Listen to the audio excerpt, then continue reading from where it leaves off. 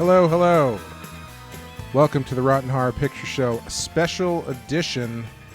I'm sorry to keep doing this to you, but we were going to talk about Martin this week, but then Amanda finished Twin Peaks: The Return. I did it. And so we decided to do an extra special episode where we just kind of talk about that a little bit, and how it connects to Fire Walk with Me a little bit, coming off that one, and just just some general Twin Peaks chat. Yeah.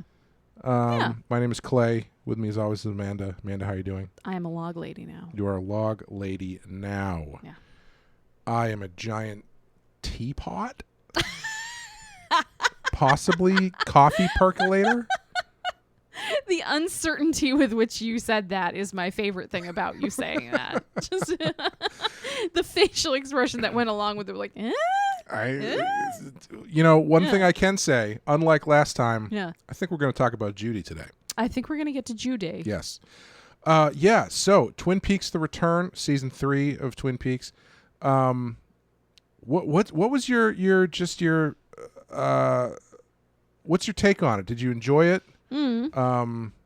Did it satisfy your Twin Peaks itch that you needed to scratch? Do you think it was the best way to end the show, or to wrap everything up? How do you feel about it?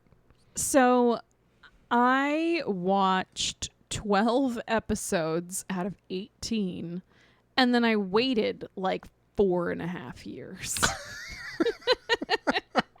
Because there's something wrong with me inside of my brain.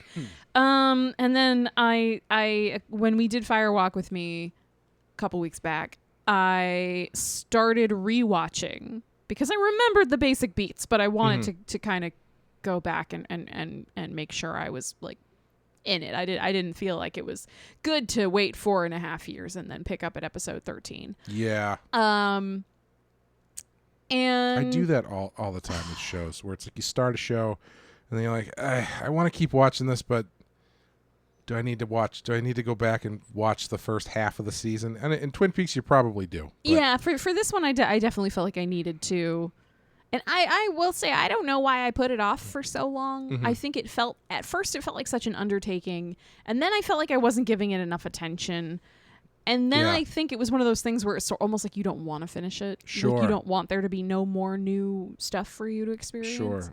That's how actually my girlfriend felt when we were watching through Buffy the Vampire Slayer. Because she enjoyed the show so much that it was like towards the end, instead of watching an episode a night, it was every couple nights. You start stretching it out because you don't want to lose this thing.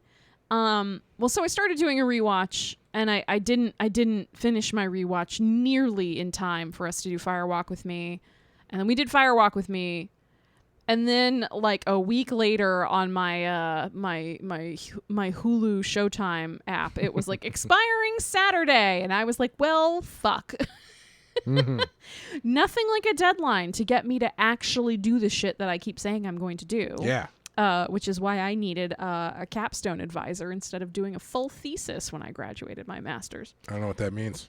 Anyway. It just means you get a lot more hand-holding because you're irresponsible and you procrastinate. Sure. Anyway, so I am actually in a weird way very, very glad that I watched it the way I did. Okay. I remember when I was first watching through those first 12 episodes, some of them I really struggled. Struggled through. There's parts of them that feel really slow and stretched out. This time it didn't drag as much for me.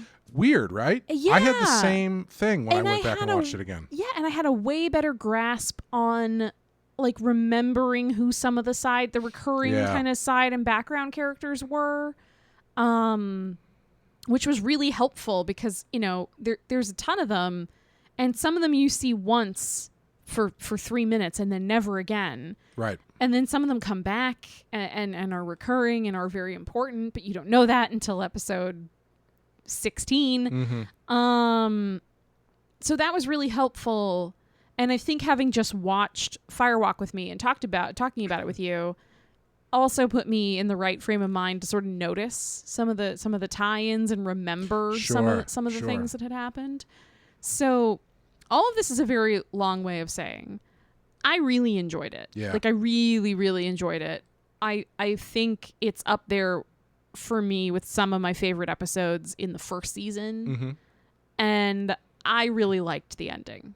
Yeah, me too. I thought it was a great way to end it without ending it, which is kind of a very David Lynch thing. Yep. Of like, closure is a myth. Right. And shouldn't exist. Yep. And things should not be wrapped up neatly with a bow because who really wants that? Yeah, nobody. Yeah. Once you get it, that's the whole thing behind the show is proved by the show itself. Is once you get the answer, it's disposable. Exactly. It's become like a meta commentary on that, and I really loved it. Yeah, I think I, like many people, I was not expecting it to be so tied into Fire Walk with Me. Yeah. But I'm glad that it was because I really like Fire Walk with Me. I as I said on that episode, I prefer that vibe to the goofier stuff of the original show. Weren't you saying that Fire Walk with Me was the first, like your intro to? Yeah. Yep. First Twin Peaks thing I ever seen. And so I really liked the style of the return because it leaned more. It was more hard edged, but not just because it was hard edged. Because like the violence and stuff, I could take or leave. Yeah. But the return is just such unrestrained David Lynch. Yeah. It's like the return seems to me like the ultimate form of what Twin Peaks should have been. Final form. Yeah. Where it's like you get everything. All of the David Lynch is in there. Yes. Obviously it's him and Mark Frost wrote every episode, but like it's so much more David Lynch in the return than it was on the original show. Yeah, and depending on your opinion, some people really like the sort of like 80s soap opera vibe of the first season and season 2. There's a lot less of that in the return. Like there's still a little bit of it in there, but it at once felt more David Lynch, but it also felt extremely modern to me. Yes. In a way that wasn't like trying really hard. Like I'm not saying it felt like it wasn't like of a time period modern, because again, this came out in 2017. It's been 5 years. Yeah. Which is crazy to think about, actually. But. It's insane, but you can watch some stuff from 5 years ago and it feels really dated already. Mm-hmm. And this didn't feel that way to me. It still had some of that kind of like timeless David Lynch world vibe to it. But it still felt more modern in terms of tone, in terms of like the way certain characters talked to and related to one another. People have cell phones. Yep. And nobody makes a huge, like, there's one running joke in it about Lucy having a hard time. Like when she talks to somebody on the phone, she'll be like, "Where are you?" And if they're on a cell phone and they show up somewhere else, she gets very freaked out. Mm-hmm. But other than that, it's sort of like, I was very impressed, I guess I should say, with the way that they brought the Twin Peaks world into the modern era. Yeah. Without losing the character of Twin Peaks. And it's got some stuff in it in that sense that is like it's modern, but it's not actually like realistic. Yeah. Like the number one thing that stands out to me is Sheriff Truman's computer. Oh yeah, that like comes rises up out of his desk. Like that's not something that people have generally. Yeah, no. No, but at the same time, maybe. Maybe. Maybe there's some people out there who just have a real weird quirk, and that's what they like. It is funny though to think that a place like the Twin Peaks Sheriff Department has a flat screen computer that retracts into the desk. Yeah. You got to keep that small town aesthetic. Yes. Yeah.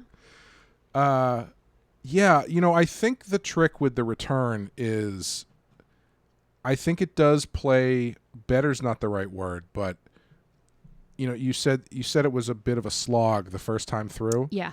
And I think a lot of that is due to no one knew what it was going to be. Sure. And everybody watching it was so desperate for the next chapter. I mean, like, David Lynch is playing it like a fiddle, basically. Oh, yeah. You don't get 5 minutes of a guy sweeping the floor. Yeah. if he doesn't know exactly what he's doing. Yeah, long, slow scenes of people sitting in cars and elevators and silently staring at glass boxes in big empty rooms. Yeah, he knows that what you want to see in this show is what happened to Cooper. Yep. What has happened in 25 years. Yep. Basically, you want to see Dale Cooper, right? That's what people are coming for. Yeah, you want to see Cooper or pick your favorite couple characters right. of choice. You want to see what are they doing right now. Like, if Yeah. you loved Norma, you want to know, is Norma still working at the diner? Is she and Ed finally together? Mm-hmm. Like, that's what you want to know. You don't want to know about, like, these two assholes in a van who've been sent to kill some guy. Right. Like, it's randomly Tim Roth and Jennifer Jason Leigh. Yeah. They were great, by the way. Oh yeah, they were awesome. Yeah. But yeah, you didn't know what this was going to be, and you were desperate for the next part of the story. Mm-hmm. And so when you get this drawn out, deliberate storytelling, it feels very frustrating. Yeah, and especially where this season of it starts with early there in some of the early episodes, you do get like a glimpse of Cooper in the lodge. Right. Like, you get him in the lodge. There's lots of weird lodge stuff happening. Mm-hmm. And then you get the doppelganger. Yep. And maybe the doppelganger stuff isn't the stuff you've come to see, but it's mostly exciting stuff. It's like violence and murder and assassination attempts and all of that kind of like high drama. So you get like a taste of that, and then, starting in episode like 4, with the exception of episode 8, the one everyone talks about, for the next like 10 parts, it's kind of like lots of Dougie stuff. Dougie, I think Dougie works so much better on the second watch. Yes. Yes. Because that's another one where it's like you are dying to see what's going to happen. Yeah. Why are we spending so much time with fucking Dougie? Yes. But when you just allow yourself to enjoy Dougie, it gets so much better. I realized on the second watch through that it wasn't Dougie himself that was bothering me. Mm-hmm. It really was the pace. Yeah. I just felt like I was never going to get to the end. Right. And it's funny because I was saying at the top of this that was part of the reason that stopped me from watching it, I think, was that subconsciously I didn't want to get to the end. Mm-hmm. But there's a difference between not wanting it to be over because you are so excited that it's here versus watching an episode. And the thing I realized about a lot of the Dougie parts is they are so slow. Yeah. It's not even that he's not fully Cooper or that you don't understand how this subplot ties in with the bigger plot. At least it wasn't for me. It was realizing that there are so many scenes where it's like him silently standing outside of an office building staring at a statue. Right. Yeah. Or somebody trying to help him get through the door Yeah. for like 2.5 full minutes. Yes. Or him standing in the elevator and it's just like everybody dead silent standing in an elevator. Yeah. It's not even like, why are you showing me this guy or why isn't he Cooper yet? I just want him to be Cooper. It was more like, okay, Dougie, fine. Show me what's going on with Dougie. Like, that's fine. But like, why are you making me sit in this lobby right for so long before something happened? And yeah, I do think on even though I hadn't made it to the end, so I didn't know when he was going to kind of kick back into Cooper mode. Mm-hmm. I had no idea. And I still found it easier to watch. Yeah.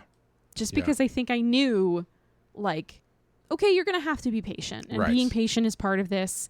And there's other stuff along the way to kind of, for you to chew on and to keep you engaged. And yeah, I think it made it easier this time around to be like, oh, okay, I can just enjoy these moments and these weird ass characters. Yeah. Yeah. One of the things that I do really like about it is,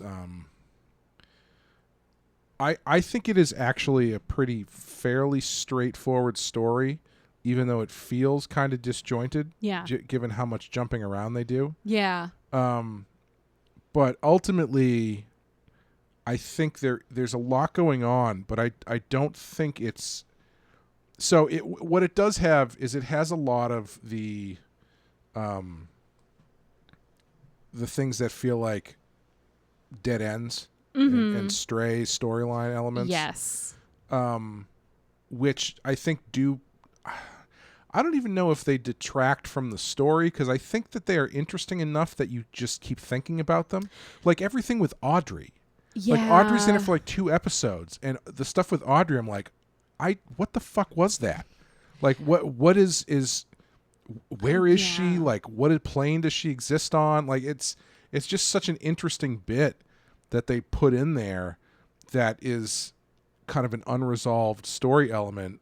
Or, I mean, I'm sure if you asked David Lynch, he'd say, no, it's not unresolved. Yeah, Everything of course you need not. to know is there. Yeah. I will say, and maybe I'm missing something with the Audrey subplot, but I love her so much. Mm-hmm. I love Audrey. Mm-hmm. She's actually maybe my favorite character in all of Twin Peaks. And so that was the one part of the return that actually disappointed me. She does kind of get short shrift. Yeah, I'm not against what he was doing, what was being done with her exactly. Mm-hmm. I just guess I wish I had some more of her. Sure. And I wish she was given more of a chance to sort of, because there's so much that has happened to her in the last 25 years. You mean like the actress or the character? The character, okay, you sure. know, like she's been. She got blown up, didn't she? Apparently not. Yeah. Or maybe, but like, you know, the sort of implication, if it's not said outright, it's definitely heavily implied, is that evil Cooper, doppelganger. Oh yes, yeah. Went and raped her. Yeah. While she was maybe in a coma or something, and she's had a son. Right, I forgot about that. Yeah. And she kept and it's Richard Horn, who's like a nightmare person in this show. But when Richard finally meets the doppelganger, he says, "I recognize you. You're some FBI guy. My mother kept your picture in our house." So it's like she's still waiting for Cooper. Like she's had this kid, and he's a psychopath because he's the spawn of the evil doppelganger. But she's still kind of waiting and yearning for Cooper, and I don't know. I was always an Audrey and Cooper shipper. So yeah. It just makes me sad, because I think she was such a powerful character and like had such a force of personality in the show, that the fact that what we get of her in the return is so limited just bummed me out. Yeah. I just wish I had more hints towards what was going on with her. I remember the last time that I watched through the show, the Cooper and Audrey stuff felt a little bit weird to me, because I was doing the math and I was like, wait a minute, isn't she supposed to be like 16? Yeah. And he's like 35. No, it definitely is. I think I was young enough when I first saw it that to me I was just like, yeah, of course. Yeah. Like, sure. In TV and movies, ages right. If she's 17 and he's supposed yeah. to be 27 or whatever, I was like, yeah, whatever, that sounds fine. Yeah. I totally understand in the real world. It's like, no, it's good that they didn't put the two of them together. Yes. 100%. Hey, I mean, I say this as someone who the main romance of my favorite TV show is between a 16-year-old girl and a 200-year-old vampire. Yeah, exactly. But he looks 17. So no, it's fine. Doesn't. No, he does not. He absolutely doesn't. He did not and he never looked has. like he was 40, and he's, to his credit, looked like he was 40 ever since. Yeah. Yeah, he's just never aged. That's the key. You got to Steve Martin it. Yeah, you just hit where you're going to be, and then you stay there for decades. Yep. Yeah. The Audrey stuff I found interesting, if not confusing. Yeah. One of the things that I do like about it is that it doesn't feel the need to, like, it touches on everybody more or less from the show. Yeah. But it doesn't necessarily feel the need to make what they're doing a key part of the story. Yeah. And that took me a couple episodes to get used to. Mm-hmm. Because when I first started it, when they started doing the stuff with the doctor. Dr. Jacoby. Dr. Jacoby. Yeah. Or Dr. Amp, Dr. if you Amp. will. As I'm watching that stuff, I'm thinking like, okay, what is he doing? How is this work into the rest of the story? Like what is the key? I don't know why this one in particular stood out to me. The key is that you've got to shovel yourself out of the shit. Yes, exactly. But it was one of those things where I was like, oh, this doesn't have to necessarily do with anything. It's just like this is the story of what is going on with Dr. Jacoby. Yeah, and Nadine. Yes, yeah. Yeah. Yeah. And so it weaves its way through, but it's not like what happens between Dr. Jacoby and Nadine is somehow going to influence Cooper and the Black Lodge. Yeah, or what Sheriff Truman is doing. Yeah. It's like, no, in a weird way, it's kind of just there to show that, like, Nadine, like, it's a doorway into, like, where's Nadine at? Mm-hmm. And how has she grown as a character and as a person? Which then leads you to her at the end sort of telling Ed, I've been so selfish. Yeah. And I love you so much, I'm ready to let you go. Because I'm sorry it took me this long. Because she's on her way to January 6th. Yeah, exactly. Yeah.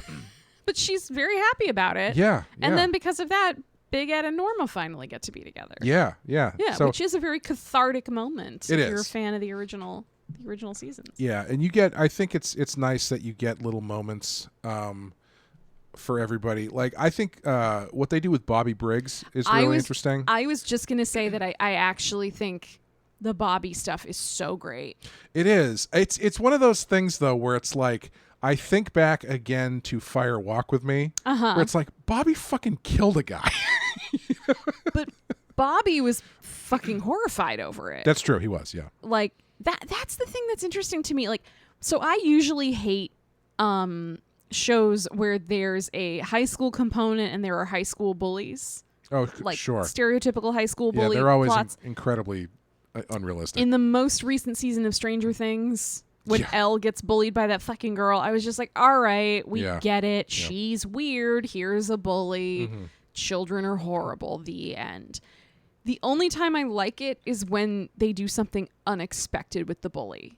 Like in Sex Education, there's Adam, who starts off best as character in the show. Absolutely. Yeah. Starts off as a huge bully, has a crazy character evolution over time. Mm-hmm.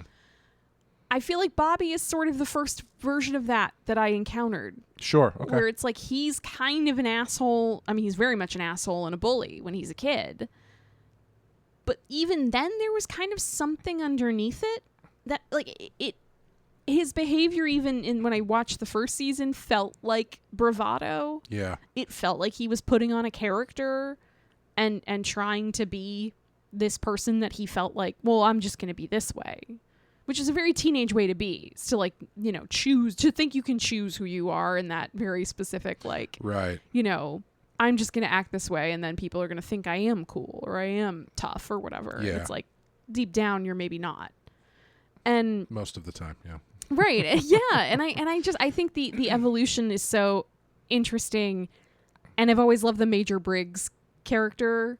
So to kind of see Bobby in the third season kind of come to this, like, posthumous reconciliation with his dad is actually that a lot. Yeah, it's like actually a really beautiful thing because, like, in the first season when you're first kind of meeting Briggs and Bobby and all of that, you expect, like, oh, he's got this tough military dad. The tough military dad's going to be like, if you don't do what I say, boy, I'm going to wallop you.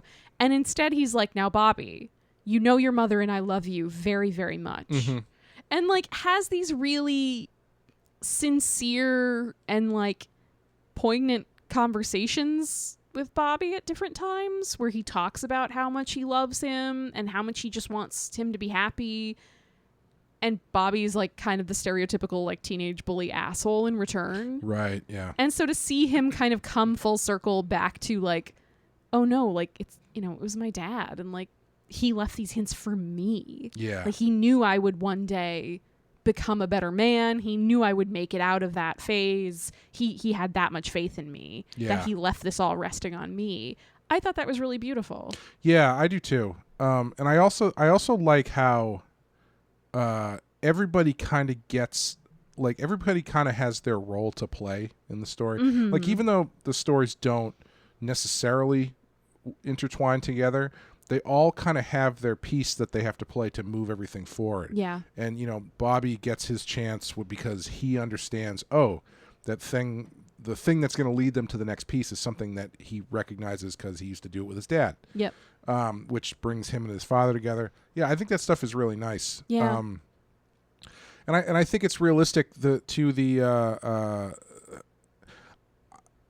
way that the show positions the characters as none of them are really super happy, but none of them are like extremely it feels realistic in the way that there's a little bit of everything going on. Yeah. Because you've got Bobby, who's a much better person now, but his daughter is really messed up.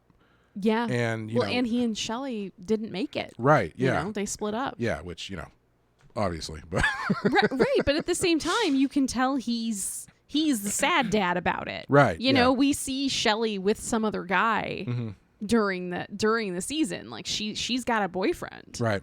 And Bobby doesn't have anyone. Yeah. Yeah. So he's kind of still seems like he's sort of hoping maybe she'll pay attention to him again. Yeah. And you get these little looks into their lives that show you these different aspects. Like I think the stuff with their daughter is pretty weird and intense. It's very intense. Yeah, Becky. Yeah. And her husband Steve. And because I can't remember, does she get mixed up with Richard Horne? No, not directly. I think it's and this is another thing that I think this season that it does well is that it kind of, without telling you, it shows you and it heavily implies that Richard and a couple other figures around town are the ones running all these drugs through Twin Peaks, which is having a profound effect on the people who live there. Right. Similar to in the original 2 seasons, Leo Johnson and Jacques Renault and all of that running drugs into Twin Peaks and how that was kind of affecting people. And so I think Becky and Steve, the main point of that storyline is to show that like drugs are still a problem here. Right. Yes. And also to kind of show you where Shelley and Bobby and all of them are at. How did you what did you think of the every episode ending with a musical performance? I loved it. I feel like that's David Lynch's dream. I mean, it's my dream. It was great. I mean, I think like 75% of shows should end that way. Yeah, I mean, not all of them. I understand that in some not? cases it's not appropriate, but like perfect. I loved it. Yeah.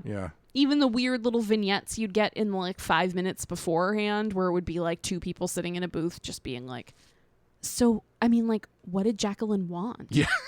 Yes. I don't know. Well, one of them is like scratching a dripping sore or something. I don't know, Marcia. She wouldn't talk to me. Yeah. Well, look, Tiffany, don't be mad at me. I just want to know what Jacqueline wanted. Yeah. And it's like, none of these people are important. Nope. None of them are coming back. None of these names mean anything. But you are getting this like glimpse into this town as though it exists independently of the TV show. Yeah. I just think it's like the show has such balls isn't the right word, but like it's just like cojones. It's taking the idea of a TV show and just like throwing the rules out the window and just doing whatever they want. Like, to get into episode 8, capital E,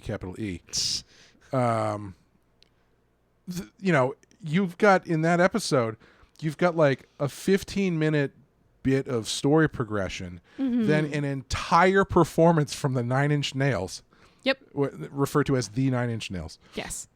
And then after that, you've got this like art film about the first nuclear explosion. Yep.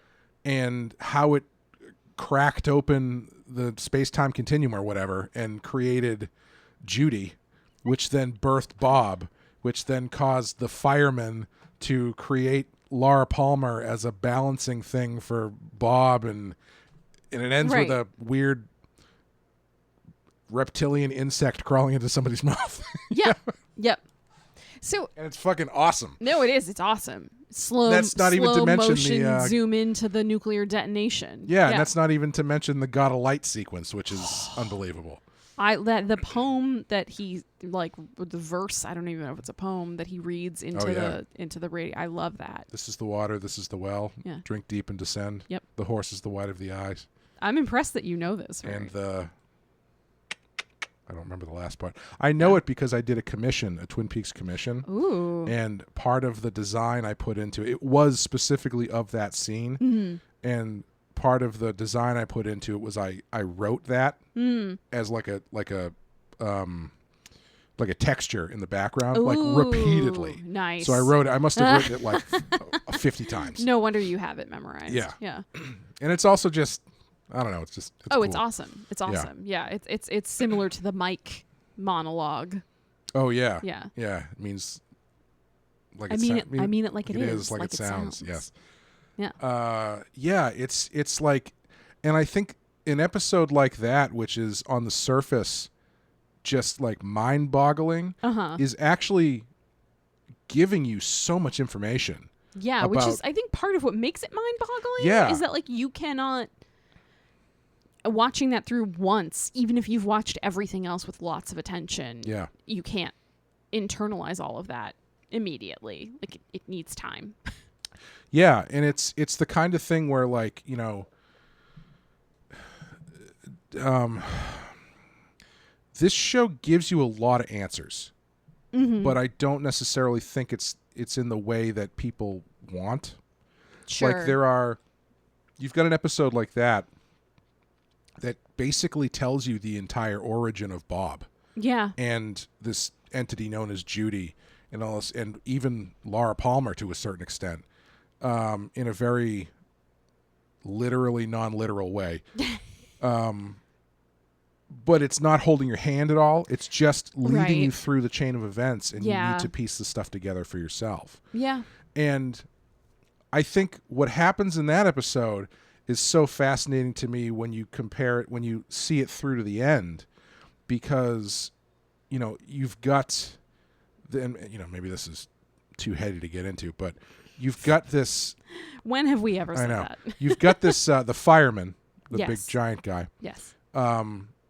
Essentially seemingly birthing this idea of Laura Palmer into the world as like this counterpoint to Bob. Yeah.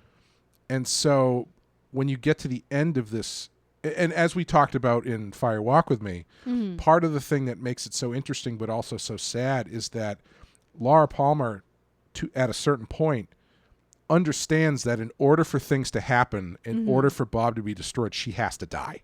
Yeah. And when you get to the end of this show, where Cooper actually goes back in time and prevents Laura Palmer from getting killed, the fallout of that is very interesting, because what ends up happening, essentially, I mean, who's to say, interpret it how you will, is that you get this moment of it's like a very tranquil, peaceful moment where the fisherman, whose name I don't remember, the guy who finds Laura Palmer's body, Pete Martell, goes out and he just, also known as Jack Nance, also known as Eraserhead. He goes out and he just goes fishing. Yeah, and like he never finds this body. Yeah, Laura Palmer was never killed. But at the same time, it also like collapses reality. yeah. It makes like that version of the Twin Peaks world unsustainable to exist. Like it's like removed a foundational pillar of that world. Yeah. And so he, Cooper saves her from getting murdered, and then they're walking through the woods and she disappears. Yeah. In like with one of those weird, I don't know how to describe it. It's almost like a flapping sound that happens a few times, like repeatedly. Yeah. And then she's just gone. And then there comes the whole sequence where he and Diane have to drive 430 miles, and then they cross some electrical grid. Right. And it catapults them into a different world. I guess. Maybe? Yeah. Potentially. where they have different names. Richard and Linda. Yeah. But then he meets a different version of Laura, who's led a very different life, and then tries to take her home to Twin Peaks to, I don't know, fix what he broke. I don't know. I don't really fully, that episode. I want to like rewatch it sometime. That final scene. Yes. Like it gives me chills when I think about it. Yeah. And I think that final scene of the show is David Lynch at his peak power. Yeah. Where what he's actually showing you, not really that weird, but the way that he presents it is so unnerving. Yes. Like, the way that he talks to the woman who's at the door, where that woman is kind of reacting as though there's somebody off screen who's talking to her, but you never see who it is. Yeah, you don't hear them either. You don't hear them. Yeah. And then just when they walk down, the way that Cooper has this moment where he's like, what year is this? Like, I don't even know what that means, but it freaks him out. What triggered him to ask that question? Yeah, exactly. And then the final thing that you get in the show is all the lights go off in the Palmer house, and you get this very distant sound of Laura's mother calling for her from downstairs. And then, once again, proving she has the greatest scream in movie history. Yep. Cheryl Lee just belting it out one last time until everything shuts off. Yeah. And it's unbelievable. Yeah. No, and it's so, it's like you're dealing in iconography all the time, but you don't know what in what tradition. Do you know?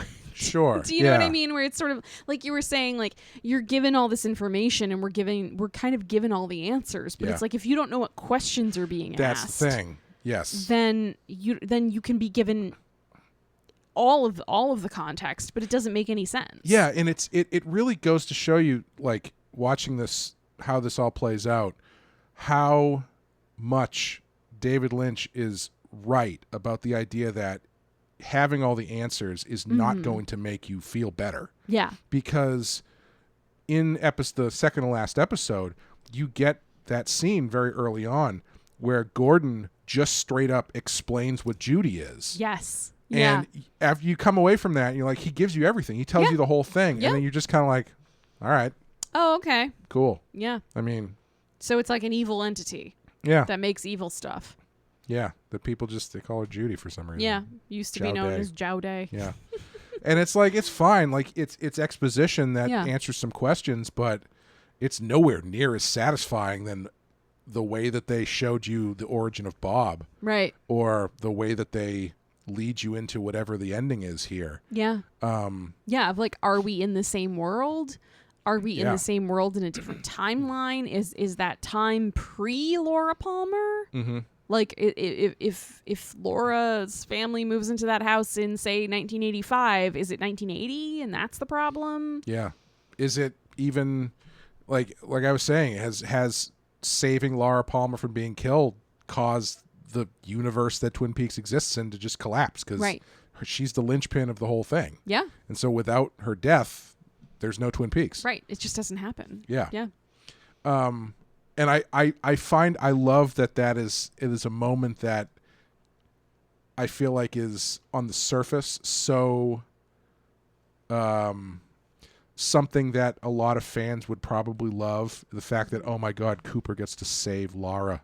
Yeah, because that's kind of what you wish for. Yeah, I mean, it's what Cooper wants. Yeah, he wishes he could save Laura. Yeah, I mean, he has a dream. Like as we see, he has a dream about her in Fire Walk with Me before he ever meets her. Right.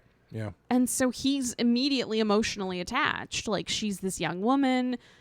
She's a good person, but she's troubled. She's going through all these horrible things, and someone's going to kill her. Yeah. And I can't save her, or I don't know how to save her. That's Cooper's whole arc, essentially. And I love the idea that maybe Cooper makes the wrong decision.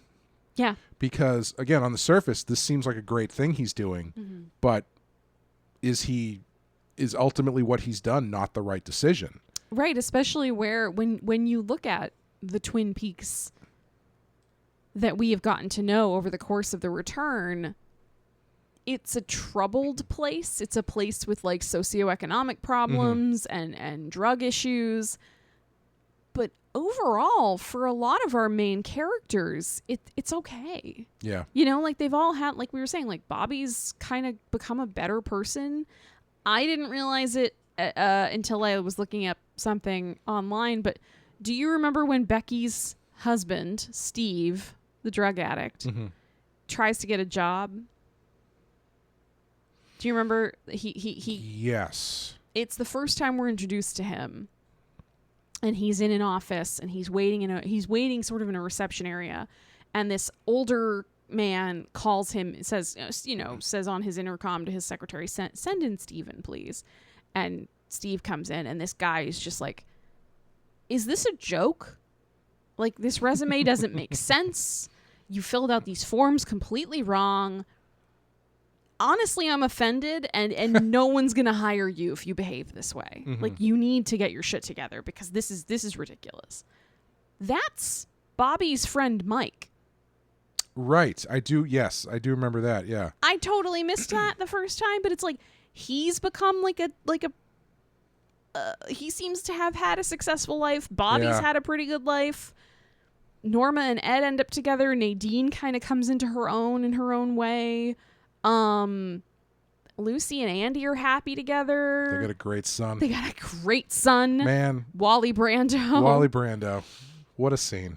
But do you know what I mean? Like, everybody, like everybody's kind of okay. Yeah, for the most part, yeah. Yeah. Except for, what's her name? Alicia Witt. She's pretty fucked up. She was... In the original show, she was a little girl. She was somebody's. I think she was. I want to say she was Donna's sister. Oh yeah, and she ends up with Steve somehow. Yeah, like and they end up like cheating on. Yes, and they end up like in the woods. Yeah. Tweaking out on getting strung out on drugs or something. Yeah. Yeah. But that's unfortunate. But like by and large, all of our main characters. Yeah. Are actually doing all right. Yeah. And part of that could be potentially attributed to Laura having died. Like their lives would not have gone in the same direction. Maybe had she not. So or even existed. Right. Depending on how you exactly. things. Exactly. Do you like the Black Lodge stuff that they do in this? Because they get like, as much as they try to explain, man, they make up for it by giving you a whole bunch of new shit. Just like whether it's Cooper's trip back where he's in that weird castle with the lady with no eyes. Yes. Or I love the arm. Yes. Evolving into this weird tree with the brain on top of it or something. Yeah. Philip Jeffries as a giant percolator. Look, it's slippery in here. Yeah, like it's like the last two episodes of this, I just love it. It's all the stuff that I love about Twin Peaks jacked up to 11. Absolutely. And I find it very satisfying. I do too because it feels coherent. Yes. Like it feels like maybe I don't understand why everything is exactly the way it is or why it's included or what's happening. Yeah. But I can tell that there's intent behind it. Like it's not being put out there just to be like, look how weird. You know absolutely. what I mean? Like, because that's kind of the accusation that I feel like David Lynch gets a lot, which is like, oh, he's just weird for the sake of being weird. It's not supposed to make sense. It's just supposed to seem like artsy and cool because it's confusing. Yeah. And I don't think that's true.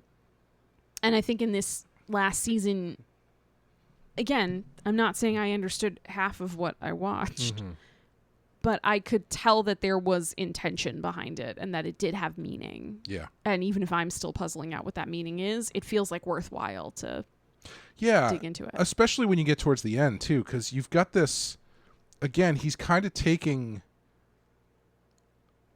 like the cliches of this crime drama and showing you like this is what you think that you want, but it's ultimately fairly unsatisfying. Like what happens before Cooper goes off and breaks the world is they defeat Bob. Yeah. By this like sequence where the guy with the weird rubber glove on. Yeah, the gardening glove. Yeah, Evil Dale comes in. Bob comes out of him in like some weird video game thing, and then the guy punches him and he explodes. Bob's dead. Yeah, that's it. Cool.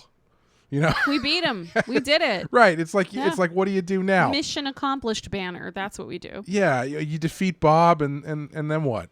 You know, it's not. It's ultimately not that satisfying and not that interesting. You know, it's made interesting again by the fact that Cooper and Diane sort of jump ship to another reality. Right. Yeah. But you had to abandon the one that the original Twin Peaks was in, almost because there was too much closure at that point. Yeah, kind of. Yeah. How do you feel about the crossover stuff with Fire Walk with Me, where you get to see what she screams at and all that kind of stuff? I mean, I loved it. Yeah. I thought it was great. I thought it was such a great way to just like stitch it all together. Yeah. Yeah, and make those things that, again, I think sometimes get him accused of being weird just to be weird. And it's like, no, there's like intent and meaning here. Yeah. Even though I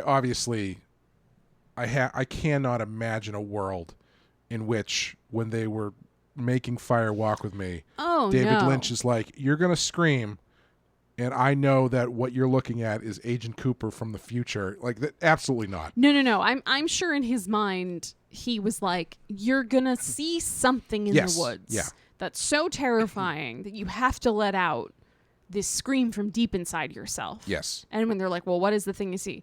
I don't know yet. But maybe we'll find out. Yeah. Yeah, like even though I know it's a retcon, as they say in comics. Yeah. It doesn't bother me because it feels so of the same piece and natural. And it actually makes me like Fire Walk with Me even more. Yeah. To see it placed inside the mythology of the show in a more forceful and like permanent way. Yeah. Because it is kind of, people do kind of look at it as sort of like this weird oddity of like, well, it's not the show, it's this kind of other thing. Mm-hmm. So it's when you do the new show and it's like, no, this is important. Yes. This is a lot of what's happening in this show links back to the movie. I think it makes the movie more, again, it's not an enjoyable movie to watch, but I think it makes it adds layers to it. Right. Well, and it highlights how important that movie was. Yeah. And like how integral to the rest of the action and what eventually does happen. But also like, with that moment in particular, I think it also highlights the value of leaving things ambiguous at times and leaving things open-ended, because you wouldn't get to have that great moment of 25 years later, 24 years later or whatever. Yeah. That great moment of catharsis of having waited for so long to find out what she saw. Yeah. And then to have that realization and kind of have that like mind-blowing moment. You wouldn't get to have that if David Lynch made things that gave you full answers and closure to everything as it went. Yeah. Yeah. So I think it just highlights all over again the importance of leaving some of that ambiguity intact. Yeah, yeah. I do think that there is a certain overall, there's a certain bittersweetness to it now, because even very shortly after the show, so many of the cast started to pass away. Yeah. Like Miguel Ferrer, I think, died shortly after David. But the one big I wish is that they could have gotten David Bowie to do the voice of Philip Jeffries. I think he was either really sick already at that point, or maybe had already died. I can't remember which one. Probably when they were filming it, he might have been really sick already. Yeah. I mean, the log lady, I know. She died shortly afterwards. Yeah. I mean, she looks terrible. She was obviously... I was going to say, I feel like that one was a little more like they kind of got her in right under the wire. Right. And I think they knew it. Yeah. Which is why a lot of the dialogue is like, I think her last scene is kind of like... She says, I'm dying. Yeah. And I think Hawk gives her like a really nice kind of sign off, I think, if I remember. Or maybe it's what's his name? Truman. I can't remember. It is Hawk, and I think he says he says to her on the phone, "Good night, Margaret," and then after he hangs up, he says, "Goodbye, Margaret." Yeah. And it's that one got me. That one made me tear up. Yeah. Yeah. Gotta love that log lady. It's too bad. What the hell's her name? Donna. Yeah. It's too bad she couldn't come in. It's too bad Truman didn't want to come out of retirement to do it. Yeah. But you work with what you got. Yeah. I'm upset we don't learn what happened to Chris Isaac's character. What happened to him? He would have done it. What's he doing? I mean, I'll see you again in 25 years, Claude. I guess. Yeah. That gum you like will come back in style. Yeah. There are certain things that I don't really like. Those are questions, but I don't really really care that much. Like, I guess Heather Graham is probably the biggest dangling thread, but even there, it's like, season 2. I don't really care. Yeah, that's the funny thing is it's so much of what I think about when I think about Twin Peaks is season 1 and Fire Walk with Me and now the return. Yeah. And so little of it is season 2. It's like the first 5 episodes or whatever, and then like the finale. Right. And that's it. Yeah. Yeah. Same. Yeah.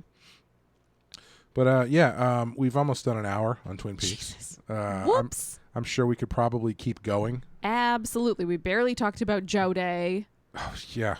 I said we were going to talk about Joe Day, and we ended up not talking about Judy. We talked about Judy a little bit. A little bit, yeah. Yeah. But yeah, is there anything you wanted to end with before we wrap it up? Your thoughts on? Here's a question: Do you want more Twin Peaks, or are you happy if this is the last thing they ever do? That's a difficult question. Yeah. Because I worry now if you tried to do more again, it would feel too close to a cash grab. Yeah. Do you know? Or like too many integral figures have been lost. And I feel like it would be difficult. Like so many of the peripheral figures, the secondary main characters, have kind of had these sort of moments where they got closure, they got completion to their stories. So I wouldn't want to mess with how we left most of the citizens of Twin Peaks. Yeah. I see the argument for wanting more of like Dale and Diane and wanting to know what happened to Chris Isaac's character and what's actually going on with Laura / Carrie Page in this new world. Like, I understand the curiosity. I have that curiosity too, but I'm pretty content with where it's at. Yeah. You know? Yeah, I think there's an argument to be made that you could, given the way it ends, they do kind of almost set up the option to continue as something new. Yeah. But I don't know if I really want to see that, you know? Yeah, I honestly, I'm pretty fatigued by sequels and prequels and remakes and reboots and franchises. Yeah. And this felt like true to the original intention. Mm-hmm. To me, and it almost felt like getting a redo for how season 2 of Twin Peaks was fucked. Yeah, yeah. And so in that way, it felt deserved. It felt like long awaited and very earned. Mm. And I don't know if something else would after that. Yeah, I think that this is, frankly, kind of a miracle. Yeah. That it's A, as good as it is, and B, exists at all. Yes. Yeah. I feel like we got really, really lucky in a weird way. Like, as much as I was literally just saying I'm fatigued by reboots and sequels and all and franchises, I can acknowledge how extremely lucky I am that we live in the era of all that stuff, because I think it's the only way we got this season. It reminds me a bit of I'm a big Led Zeppelin fan. And after they broke up in 1980, I almost made a Venture Brothers joke right there. I wouldn't have got it. Damn you, Clay. After they broke up in 1980, after John Bonham died, they kind of crossed paths here and there, for like the kind of sort of reunion, like one-off kind of thing, but it was never really satisfying. It never really scratched the itch, I don't think, for anybody. And then about 10 years ago now, they did one show where it was one concert, put everything they had into it. Led Zeppelin, one night only. Fucking awesome. Yeah. It's kind of the same thing for me for this, where it's like they put everything they had into it. It's different because they're older now. Sure. Some things aren't going to sound like they sounded 40 years ago. Mm-hmm. But, it definitely occupied the space it needed to occupy, and they knocked it out of the park. Yeah. And then after that, everyone's like, oh, well, this is so good. When are they going to do more? Yeah. When are they going to do more? And they never did. And I think, like, no. I think that they were smart enough, at least a couple of them, I don't know about all of them, were smart enough to realize, like, we did it once, we nailed it. Yeah. Let's just let that be the legacy. Yeah, if you can catch lightning in a bottle, it's a rare thing to be able to do that. Yeah. So it's not often worth running the risk of trying to replicate that. Yeah. And it also, I think it takes the magic away. Yeah. Because, as much as I love Star Wars, Star Wars, part of the reason why Star Wars was such the held so much esteem is that it felt unfinished. Because you get to the end of this trilogy and it's like, oh, well, did you know that there's more? Did you know that there's 3 other movies on either end that have not come out? Right. Even the fact that it starts with part 4. Right. Is like, you're missing a huge chunk. Yeah. And now it's to the point where there's so much Star Wars. Yes. There's Star Wars television that is like bad. And it's constant. Yeah. And like it probably, even the stuff that is regarded as bad probably would be seen in a better light if the market weren't so saturated. If that was all you were getting for Star Wars, it was like, it's been 15 years, here's this one TV show that's 7 episodes and 3 of them are good, you'd be like, well, those 3 good ones were really worth the wait. Right. Yeah. Like if it was all we got was 8 episodes of The Mandalorian every 2 years, that at least would be still have a little bit of the anticipation and rarefied air. Right. Yeah. And so like I think the one great decision in retrospect that they actually made with season 2 of Twin Peaks is the way they ended it with that cliffhanger. Yep. Because again, it's the best ending to any season of any show. Yeah. As we've talked about many times, closure is for cowards. Yep. And closure's for quitters. Yes. And if that show had ended with any sort of finality, I don't think people talk about it for 25 years. Absolutely not. And so I think ending... like, sorry. No, go ahead. Just that I'm thinking about, how Twin Peaks launched so much of what we consider like prestige TV nowadays. Mm-hmm. And I know lots and lots and lots of people have drawn the connection to Lost. Mm-hmm. And it's like, look what happened when people felt like Lost didn't stick the landing at the end. Yeah. It was just like, now nobody talks about Lost really, other than as like a relic. Oh, yeah. Of a bygone era. Nobody's clamoring for like, what would be great if we did a reboot or a late sequel of Lost. Right. Nobody wants that. Yeah. My favorite TV show of all time, The Prisoner. Oh shit. Has, there's a core question at the heart of the show, which is, who is this number 1 person? What is the village? The question is, what the fuck? Yeah, kind of. Who is number 1? Great. What is the village? Where is the village? Who is number 6? And you get to the final episode of the show, and you kind of, are you going to answer these questions? Yeah. And I think that they get answered to a certain extent. Yeah. But it's not in a way that lets you satisfactorily close the book. Yes. And that's a show that people still talk about and discuss. Yeah, it has become something of like a cult classic. It is, honestly, I think The Prisoner is like the last pure cult classic. Because even though it was remade, it was garbage, and nobody cares about that show. I don't even think I knew it was remade. Oh, it's terrible. Yeah. I don't think Greg and I have finished The Prisoner. Man, last episode of The Prisoner. All right. It's like we have it. We just haven't. It's finished very. I don't want to say it's Twin Peaks-esque, but it is occupies the same space. Yeah, don't say that, because my husband will listen to this even though he doesn't like Twin Peaks. And if you say it's Twin Peaks-esque, he's going to be like, throw it out into the garbage. He's going to hate the last episode. I love it. It's probably my favorite episode of the series. All right. Okay. But I think The Prisoner is like one of the last great cult classic things because it is kind of impenetrable and untouchable. In a way that I think Twin Peaks is also that. Yeah. Where it's just like it does what it does. It doesn't give you an easy way out. And it just sits with you. Yeah. And that's what I think is going to make The Return now occupy the same space that the original did, because anybody who watches this is going to get to the end and go, what the fuck? Yeah. And then you're going to talk about it. Right. And you're going to do podcasts about it. But what about this? And what about this? And what about this? Right. Yeah. Agree. Anyway, that's an hour on Twin Peaks. We didn't think we were going to go this long. Nope. We kept being like, we'll just chat about it for a little while. We'll say a couple things about The Return, and then we'll sign off. Yeah. But I will say, in true Twin Peaks and Prisoner fashion, yes, Wes and I, we did one of the first podcasts we did after we did the Star Trek podcast. Is he and I we covered the whole Prisoner series. Oh, nice. And our last episodes that we did, we covered the remake.